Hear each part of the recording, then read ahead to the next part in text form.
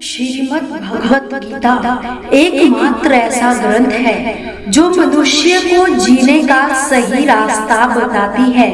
गीता जीवन में धर्म, कर्म और प्रेम का पाठ पढ़ाती है।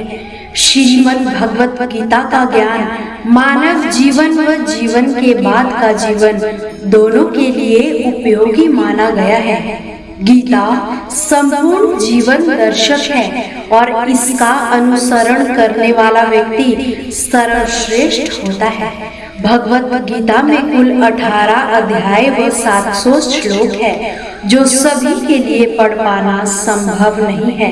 इसलिए आज के इस बेहद ही खास वीडियो में हम श्रीमद् भगवत गीता के कुछ विचारों के बारे में बात करेंगे, जिन्हें जानकर आप भी श्रीमद् भगवत गीता का सही मतलब समझ पाएंगे। इसलिए इन विचारों को ध्यान पूर्वक सुने। श्री कृष्ण कहते हैं, जिस प्रकार प्रकाश की ज्योति अंधेरे में चमकती है, ठीक उसी प्रकार सत्य का प्रकाश भी चमकता है। इसलिए मनुष्य को हमेशा सत्य की राह पर चलना चाहिए। मृत्यु एक अटल सत्य है जिसे कभी बदला नहीं जा सकता। इस संसार का जब से निर्माण हुआ है तभी से जन्म मृत्यु का चक्र चलता आ रहा है। जिस प्रकार मनुष्य अपनी पुराने वस्त्रों को त्याग कर नए वस्त्रों को धारण करता है, ठीक उसी प्रकार आत्मा पुराने व्यर्थ शरीर को त्याग कर नए शरीर को धारण करती है। ये प्रकृति का नियम है। इस सत्य को स्वीकार करके भय मुक्त होकर आज में जीना चाहिए। ज्ञानी व्यक्ति ना तो मरने वाले का शोक करते हैं और ना ही उनका शुभ करते हैं जो अभी जिंदा है, क्योंकि वो जानते हैं जो मर गया वो फिर से जन्म लेगा और जो जिंदा है वो भी एक दिन जरूर मरेगा।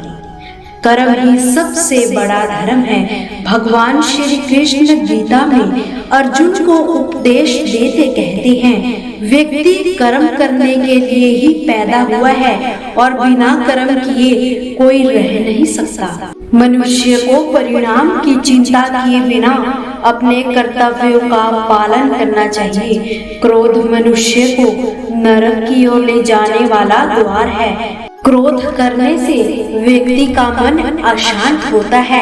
वो आवेश में आकर कई बार अपना ही नुकसान कर बैठता है। भगवान श्री कृष्ण कहते हैं, मनुष्य को क्रोध करने से बचना चाहिए। कितना भी गुस्सा आए स्वयं को सदा शांत रखने का ही प्रयास करना चाहिए। इस संसार में आज जो तुम्हारे पास है कल वो किसी और का होगा। तुम यहाँ खाली हाथ आए थे और खाली हाथ ही जाओगे। मन पर नियंत्रण रखना जरूरी है। मनुष्य का मन वायु की तरह चंचल होता है। ये मन ही है जो मनुष्य को काम वासना की तरफ भटकाता है। अगर जीवन को सफल बनाना है तो मन पर काबू रखना बहुत ही जरूरी है। मन को वश में करने से दिमाग की शक्ति केंद्रित होती है, जिससे कार्यों में सफलता मिलने लगती है।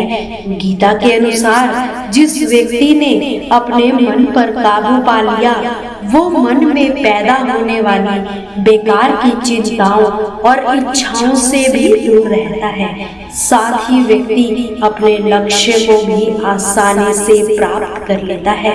अगर मन को वश में नहीं करोगे तो वो तुम्हारा सबसे बड़ा शत्रु बन जाएगा। हमेशा शक करने वाला व्यक्ति कभी शांति प्राप्त नहीं कर पाता। इसलिए संदेह करने से बचें। अधिक संदेह करने से मन की शांति भंग हो जाती है और व्यक्ति भ्रमित होकर अपने संबंधों को ही नष्ट कर देता है। तन की सुंदरता मन को आकर्षित करती है, जबकि स्वभाव की सुंदरता हृदय को आकर्षित करती है। इसलिए मनुष्य का स्वभाव हमेशा निर्मल होना चाहिए। कौन क्या कर रहा है, कैसे कर रहा है और क्यों कर रहा है, इन सब से आप जितना दूर रहोगे उतना ही खुश रहोगे। जिंदगी में हम कितने सही और कितने गलत हैं, ये सिर्फ दो ही लोग जानते हैं, एक परमात्मा और दूसरी हमारी अंतरात्मा। भगवान श्री कृष्ण कहते हैं कि जिस मनुष्य में ज्ञान की कमी व ईश्वर में श्रद्धा नहीं होती, वो मनुष्य जीवन में कभी भी आनंद व सफलता को प्राप्त नहीं कर पाता। मोह विनाश का कारण होता है। मनुष्य के दुखों का मूल कारण उसका मोह ही होता है। वो जितना मोह करेगा उतना ही कष्ट उसको भोगना भी पड़ेगा। पछतावा अतीत नहीं बदल सकता, वह चिंता भविष्य नहीं संवार सकती। इसलिए वर्तमान का आनंद लेना ही जीवन का सच्चा सुख है।